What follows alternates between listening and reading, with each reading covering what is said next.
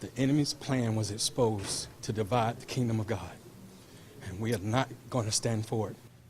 Two upstate pastors could not hide their tears of joy after passing a hurdle that had prevented their churches from opening. People packed tonight's meeting of Gaffney City Council to show support.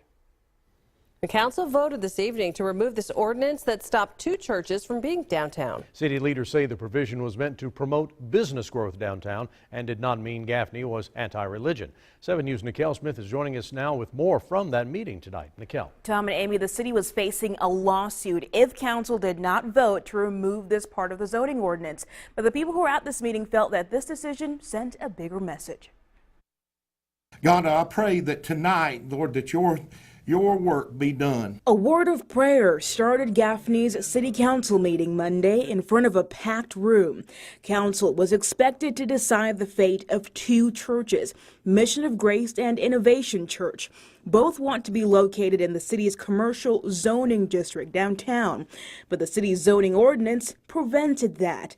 The American Center for Law and Justice says that's illegal and discriminatory and threatened to sue the city after the Planning Commission upheld the provision last month. Since this is a legal briefing, I would request that we go into executive session. After nearly an hour in executive session, council returned with an ordinance to remove the provision that blocked the churches from opening their downtown locations.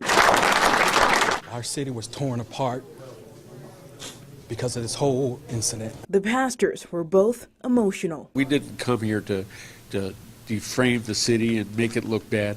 We just know that without God being in the center, things ain't going to change. City leaders say that part of the ordinance was meant to help revitalize the downtown. A lot of people have antagonized the idea or the concept to revitalize our downtown as being anti-religious, and that's just simply not true.